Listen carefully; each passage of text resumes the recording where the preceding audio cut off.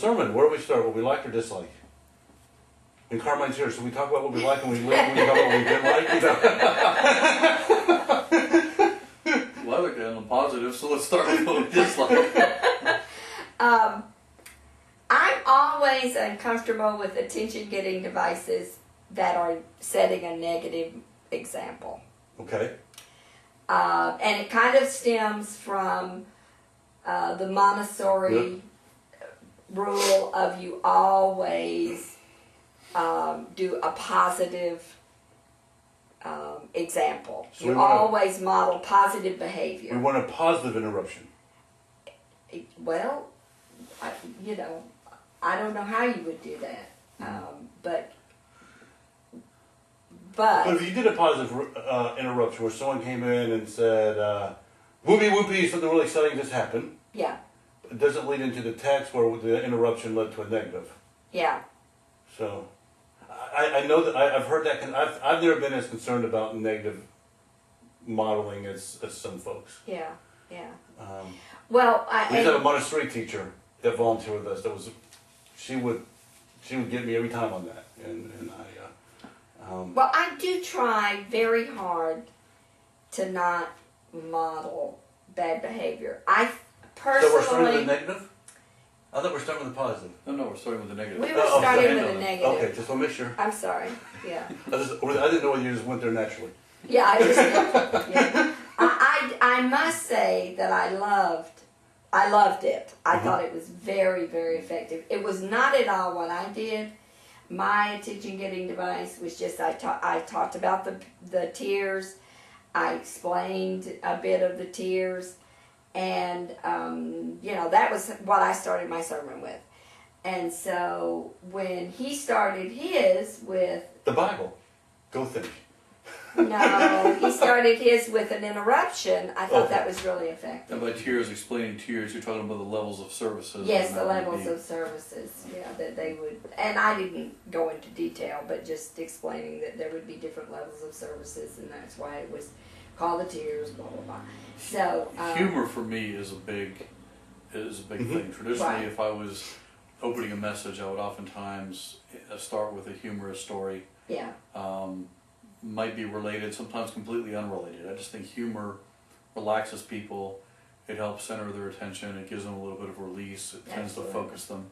The young man coming in and interrupting you, that was funny. And so, having the volunteer come in and interrupt, it was a bit of a spur of moment. I think pizza came to my mind while he was speaking. Coming up with something else as a response to that could have been maybe better and less negative. But I think our folks found it funny. Sure. They did. They found it funny. And so it helped, it helped sort of kind of get things going in a humorous fashion. But point well taken. I don't know. Well, I see it as that personally, I wish I'd thought of it myself. I would have done that. However, I'm always concerned about the negative, and just kind of wanted to throw that out. Is that something that we need to be concerned about? I guess I had some concern about some of the words that were used, how maybe large some of them were. Yeah, I wrote down 3 that I found too large. That I thought maybe might be philosophy, administration, significant. And I actually put in one that's not a big word, but one that I felt like perhaps they would not understand, and that was ruling families. You were talking about. There was a change in a new king, which you talked about. There was a new king, and then you said there's a new ruling family, and I'm not sure our guys would understand what ruling family meant. We don't have that in our country. Plenty. Maybe they would. But we don't have ruling families. Right. Yeah, I did talk about changes in presidents and leadership, but it not being the same thing. Yeah. Our lives generally go on relatively the same, even though we have a change in president. Right. But I was trying to convey how much bigger this was than that. Yes. And that's the choice of words and ruling family came in there, but that's which I don't have a problem. Like, I really didn't have a problem with philosophy because you explained it. You said well, actually, what you said was there was a new ruling family that did everything different. And their philosophy was different.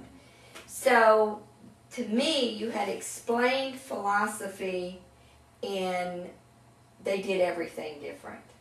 So I often wonder if it's wrong to use words as long as you explain the words. Well, to a certain point. I think you do too much of that, then it can. Just the time it takes to explain the words, you're losing. Losing on the other. You know, Well- sometimes if you say a word and then use other words to Right. make the point. Right, exactly. Which you didn't do with administration, but I'm not sure that administration, even though it's a word that we might think that our members might not understand, that maybe they wouldn't understand Right. because they are so involved in the political process. I think what happens for me is I don't often, or I don't always, I guess I should say maybe often, always, word for word, think my message through. I develop thought concepts in my head, and then as I start to deliver those concepts, all of a sudden in the back of my mind, I'm thinking about a concept or a word or a phrase or something I could use that I can. Sometimes you can think quick enough and realize you're not going to get that, and so you use more simple words or phrases to get the same thing out. Occasionally, a word like philosophy pops out, and many times at the mall, I can't remember if this past Sunday when that happened, if I may realize, well, that's not a great word, and you go on from there. Once in a while, it does hit me. A word will come out, and I'll realize that's not the greatest word. So sometimes I will go from there and maybe use other words to sort of more further explain what I meant. Yeah, and see, Sometimes I don't, or I don't even realize I've used that word. yeah. What are these the same words, or did you pick out some others? That you Well, no. But I want to run with what you said. You know, in some tradition, they manuscript their sermons, where they physically write out the whole sermon. Right. I think sometimes that can lead to some stiffness. I think other traditions, you kind of outline a sermon so there's some spontaneity. Right. And I do think where we serve, that spontaneity sometimes can lead to terminology problems.